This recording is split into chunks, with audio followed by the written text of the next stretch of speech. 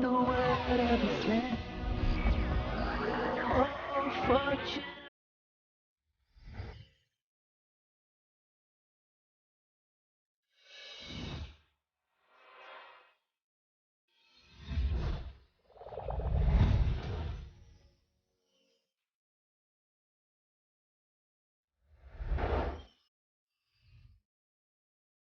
Assalamualaikum warahmatullahi wabarakatuh. Innal hamdalillah nahmaduhu wa nasta'inuhu wa nastaghfiruh wa na'udzu billahi min shururi anfusina wa min sayyiati a'malina. Man yahdihillahu fala mudhillalah wa man yudlil fala hadiyalah. Asyhadu an la ilaha illallah wahdahu la syarikalah wa asyhadu anna Muhammadan abduhu wa rasuluh. May Allah's blessing and peace be upon all of us. Alhamdulillah to all the brothers and sisters and the weaver. Once again, we welcome you back to Unity in Islam. And today, inshallah, we are going to try to share with you, not to judge you, but to share with you a very important topic. And the topic is, do we need to have a spiritual guru? Now, when we talk about do we need a spiritual guru, the important thing here is about spirit. When we talk about spirit, all of us should be informed that anything to do with spiritual thing, no one knows better than Allah Almighty, the All-Knower. Allah is the only one who knows everything about Al-Ghaib. Because when you talk about spirit, you are talking about something that you can't see. Now, do you think that we need a spiritual guru? That means, do you think that we need a teacher? When you talk about guru, you talk about a teacher. You talk about an alim, a person who have the right knowledge that can guide you to understand about the spiritual world. Of course, in Islam, remind us that it is our main responsibility to seek knowledge. To the extent the Prophet said, "Talab al-ilm faridatan ala kulli Muslim." Seeking knowledge is an obligation upon all Muslim, male and female. Now, when you talk about seeking knowledge, you are talking about you must go out to look for a knowledge. To seek knowledge, you must have a teacher who is there to teach you, a person that you can seek knowledge from. But the important thing here is, do you know who can be the right teacher for you to seek the right knowledge in understanding what is the spirit? Because that's why they say a knowledgeable person is a person who always guide you based on the guidance of God, the guidance of Allah.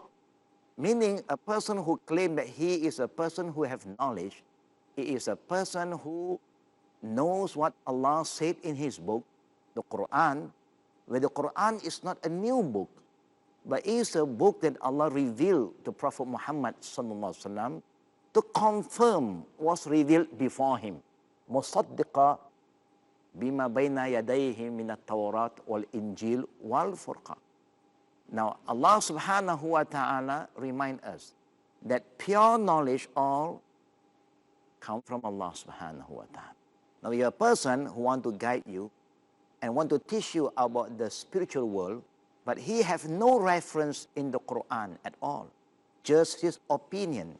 Hearsay. People who have a deep understanding about knowledge will not accept it, because it's just hearsay, or what I think, what he think, but it's nothing from what Allah said and what the Prophet ﷺ have conveyed to his ummah. Now, it is very important, number one, for us to acknowledge that we need a spiritual guru. That is number one. One, we know that we need a spiritual guru to guide us so that we are on the right path. Then we must double check again who have the right to claim that he is the right guru, the right teacher, the right muallim. Now, this is very important, because everybody can come and say, I know about this, I know about that. But when they say what they know, they didn't have any reference from the book of the Quran and the Sunnah. So for us, we always believe that pure knowledge is come from Allah and the Prophet saying, because nobody will know more about the spiritual world except Almighty God, Allah subhanahu wa ta'ala. So we would like to alert and also remind every one of us who is with us today, don't forget that in life, we really need a good guru, a good teacher to guide us. And be careful, a good teacher is a person who believes in God. If a person don't believe in God, he have no right to talk about anything to do with the spiritual world. Because he himself don't believe in the spiritual world. If he believes in the spiritual world, that means he must believe in Al-Ghaib.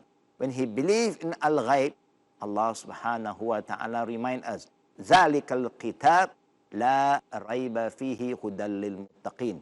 Remember the book of Allah, in it there is no doubts. What is written in the book of Allah is all 100% true.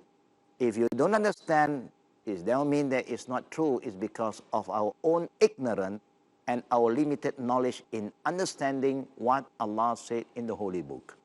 Allah subhanahu wa ta'ala talk about the past, the present, and the future.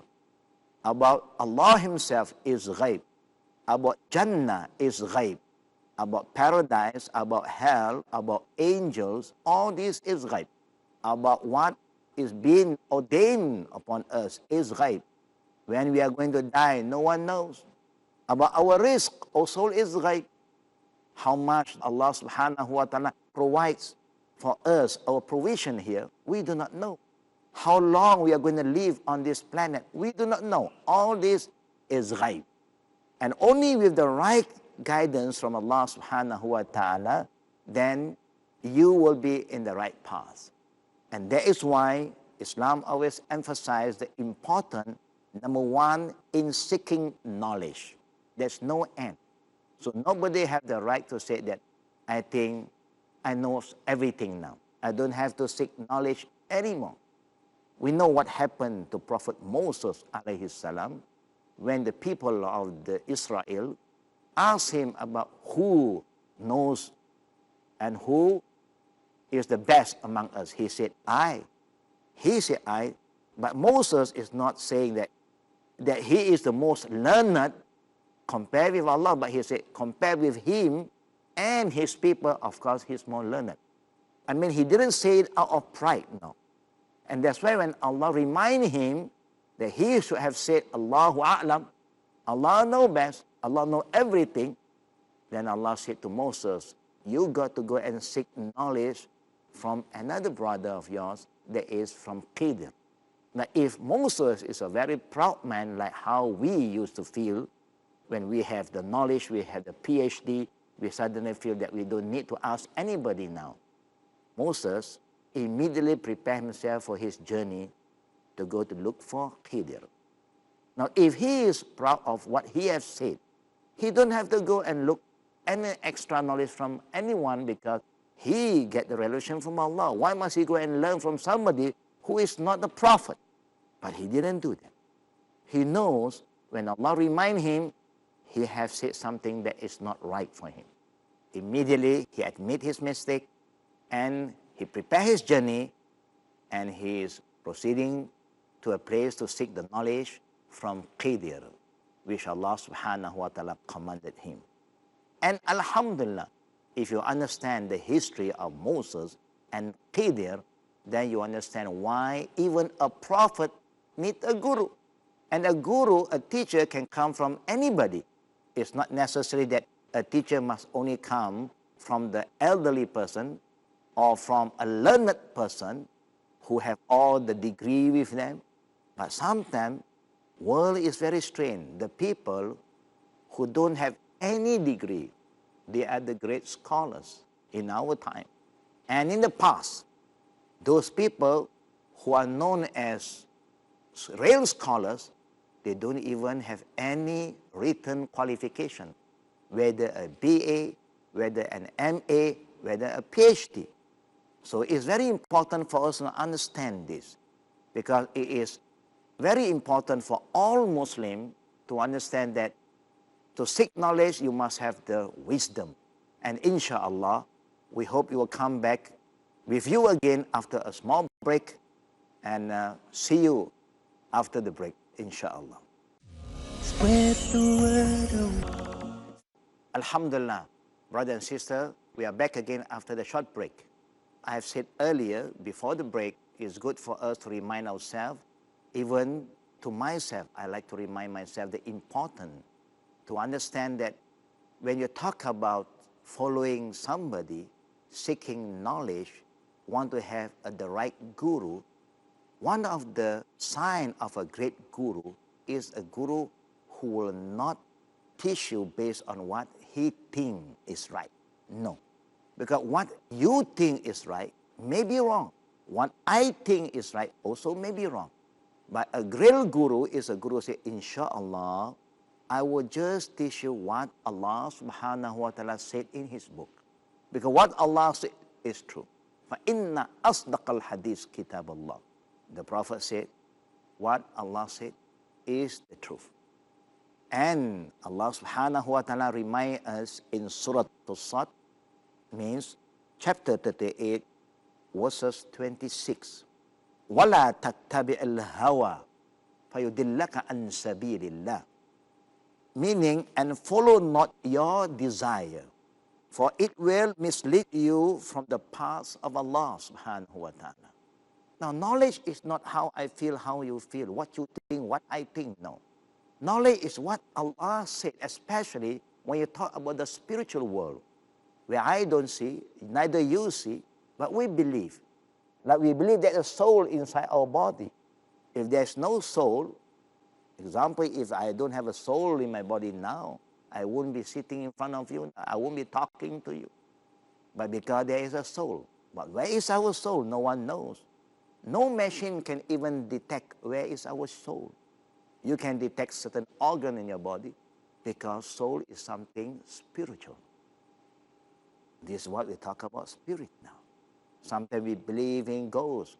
Do we believe in ghosts? Who said there is ghosts? Ghost is a term. But we believe there is other beings. There are genes. There are good genes. There are bad genes.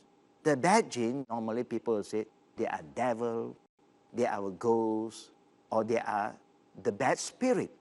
Now, this is anything that you feel there is some movement, but you cannot touch it, you cannot see it with your own eye, you know you are dealing with the spiritual world.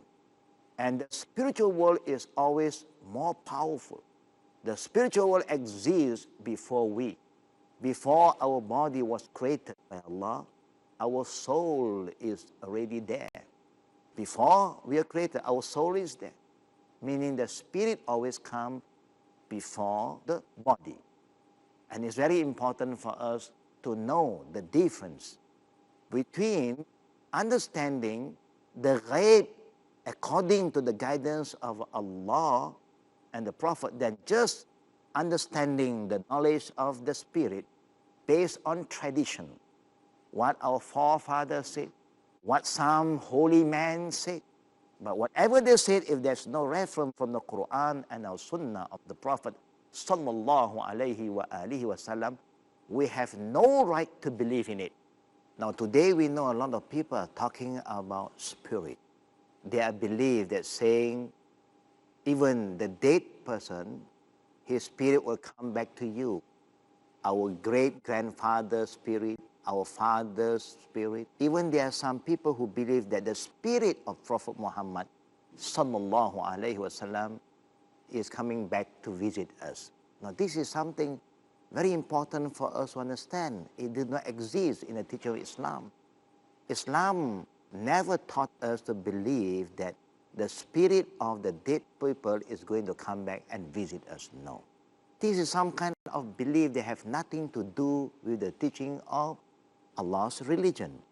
But this is part of the tradition of some people who always believe that some spirit may transfer from one place to another place. Example, there are some who claim that when a person dies, his spirit will be transformed to another thing or to another body, or they call the system of reincarnation. This is what they believe. But what is their evidence? Maybe they say they are somebody who represent the person who died. This is what they say. Now, the jinn can do wonders. They can play trick.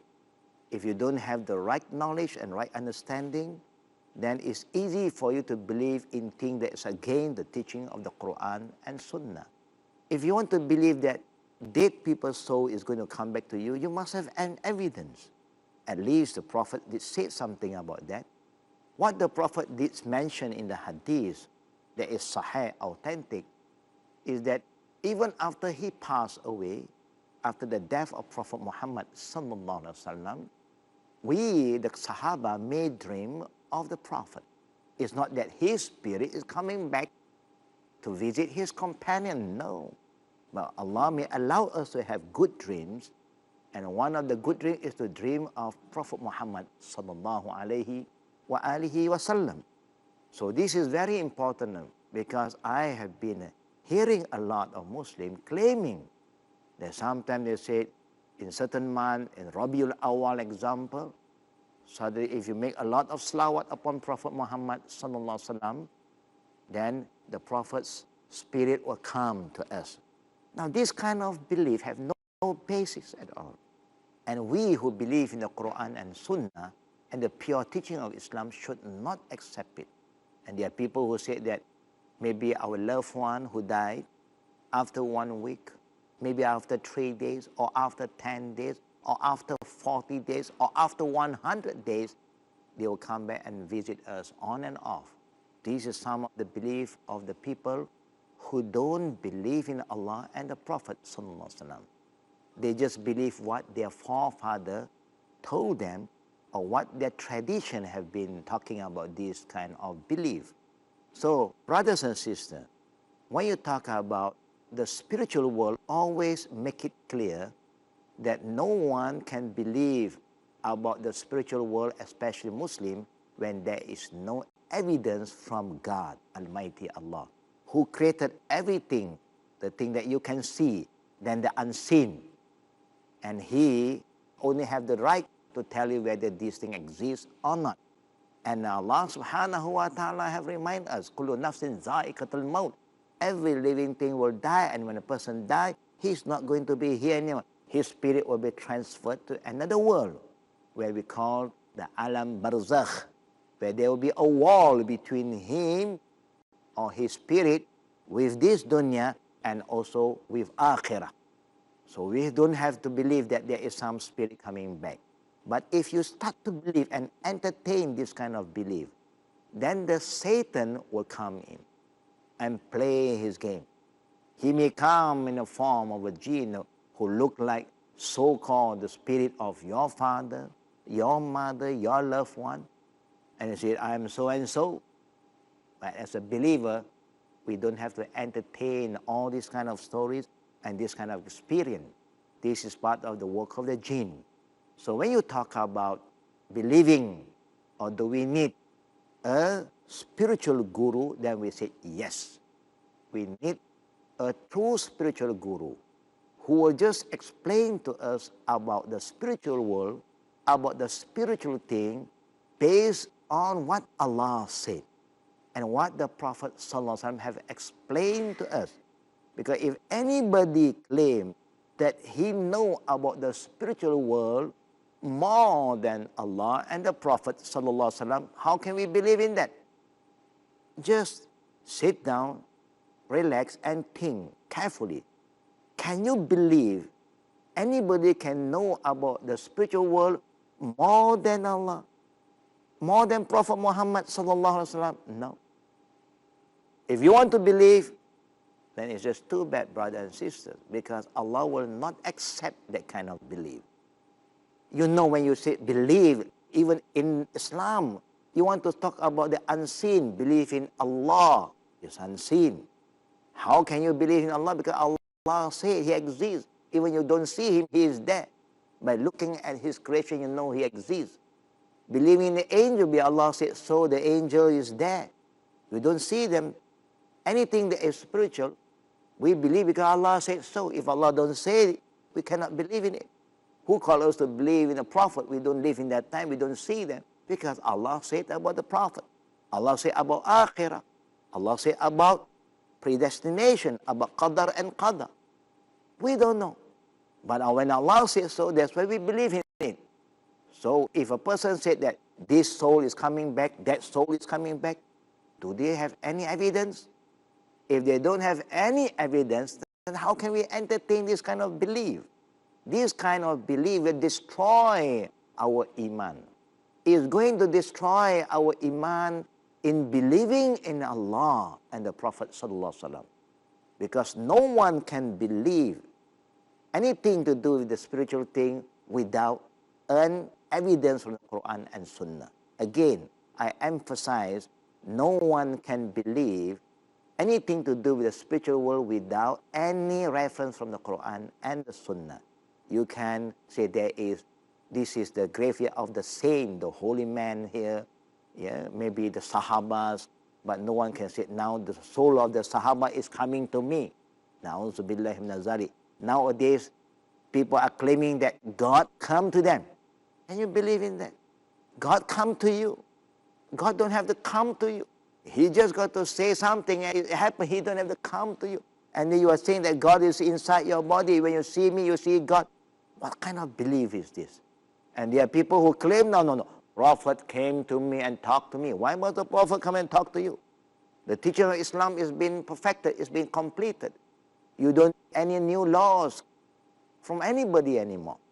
But when Allah said, Al-yawma akmaltu lakum dinakum wa atmamtu alaykum ni'mati wa raditu lakum al-islam dina. Well, it's a full stop. It's a seal, no more. Everything about Islam is being perfected. It's being completed by Allah subhanahu wa ta'ala. So brothers and sisters, please help yourself. If you want to believe in anything to do with the spiritual thing, please make sure that you have a proof from the Quran and the Sunnah of the Prophet sallallahu alaihi wa alihi wasallam. If not, then better save yourself from all this un-Islamic belief.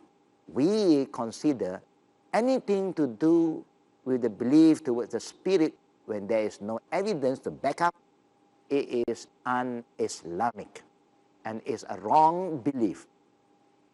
And inshallah, if you come back to the Quran and the Sunnah of the Prophet sallallahu alaihi wasallam, you will understand the spiritual world better, and may Allah save our iman, and may Allah guide us to have the right understanding towards the spiritual world. Insha'Allah. May Allah bless us. Amin. Ya Rabbal Alameen. Wassalamualaikum warahmatullahi wabarakatuh.